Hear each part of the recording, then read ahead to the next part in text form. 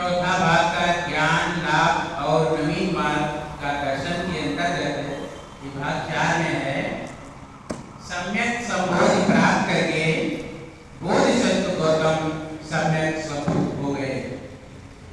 ज्ञान प्राप्ति के पूर्व गौतम केवल एक बोधिसत्व थे। ज्ञान प्राप्ति के बाद ही वह बुद्ध बने। बोधिसत्व कौन और क्या होता है? जो प्राणी बुद्ध बनने के लिए प्रयत्नशील रहता है उसे बोधिसत्व कहते हैं। एक बोधिसत्व बुद्ध कैसे बनता है? बोधिसत्व को लगातार 10 जन्मों तक बोधिसत्व रहना पड़ता है। बुद्ध बनने के लिए एक बोधिसत्व को क्या करना होता है? एक जन्म में वह मुदिता प्राप्त करता है। जैसे सुनार सोने चांदी के मल को दूर करता है, उसी प्रकार एक बोधिसत्व अपने चित्त के मल को दूर करके इस बात को स्पष्ट रूप से देखता है कि जो आदमी चाहे पहले प्रमादी रहा हो, लेकिन यदि वह प्रमाद का त्याग कर देता है तो वह बादल मुक्त हो चंद्रमा की तरह इस लोक को प्रकाशित करता है। जब उसे इस बात का बोध होता है तो उसके मन में मुदिता उत्पन्न होती है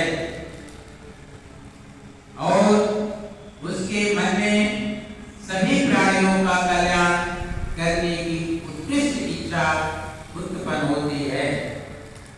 अपने दूसरे जन्म में वह विमल भूमि को प्राप्त करता है। इस समय बोधिसत्व काम चेतना से सर्वथा मुक्त हुआ रहता है।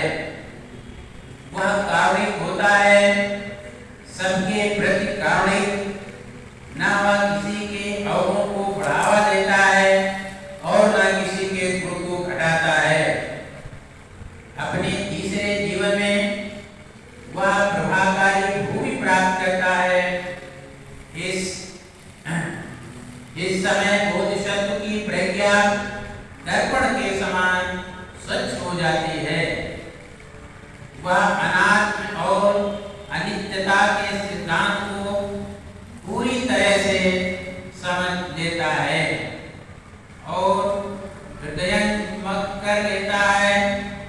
उसकी एकमात्र आकांक्षा ऊंची से ऊंची प्रज्ञा प्राप्त करने की होती है और इसके लिए वह बड़े से बड़े त्याग करने के लिए तैयार रहता है।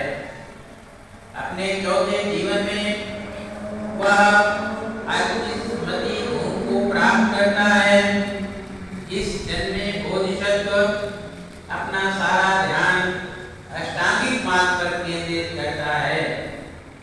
4 सम्यक व्यायामों पर केंद्रित करता है, 4 प्रयत्नों पर केंद्रित करता है तथा 4 प्रकार के सिद्ध फल पर केंद्रित करता है और 5 प्रकार के सीख पर केंद्रित करता है।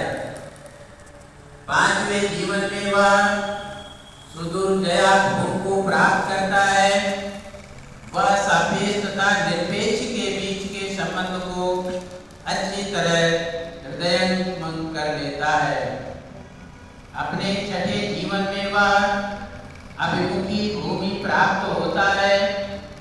अब वह इस अवस्था के चीजों के विनाश, उनके कारण 12 निदानों को हृदयंगम करके करने की बोधिसत्व की पूरी तैयारी हो चुकी है और वह अभिमुखी नामक विद्या उसके मन में सभी अविद्याग्रस्त प्राणियों के लिए असीम करुणा का संचार कर देती है।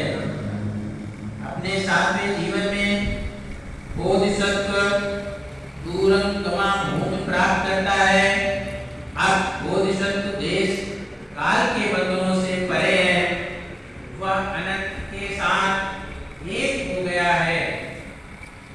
किंतु अभी भी वह सभी प्राणियों के प्रति करुणा का भाव रखने के कारण देहधारी है।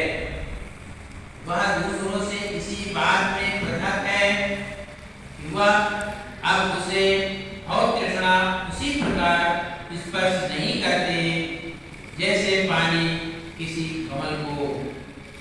वह तृष्णा मुक्त होता है, वह दानशील होता है, वह क्षमाशील होता है, वह कुशल होता है, वह वीरवान होता है, वह शांत होता है, वह बुद्धिमान होता है तथा वह प्रज्ञावान होता है। अपने इस जीवन में वह धर्म का जानकार होता है, लेकिन लोगों के सामने वह उसे इस ढंग से रखता है कि उनकी समझ में आ जाए। वह जानता है कि उसे कुशल तथा क्षमाशील होना चाहिए। दूसरे आदमी उसके साथ कुछ भी व्यवहार करें, वह उद्विग्नता रहित होकर उसे सह लेता है, क्योंकि वह जानता है कि अज्ञान के कारण ही वह उसके मंशा को ठीक ठीक नहीं समझ पा रहे हैं। इसके साथ साथ वह दूसरों का भला करने के अपने प्रयास में तनिक भी शिथिलता नहीं आने देता और न वह अपने चित्त को प्रज्ञा से इधर उधर भटकने देता है। इसलिए उस पर कितनी भी विपत्तियां आए, वे उसे सुपथ से कभी नहीं हटा सकती।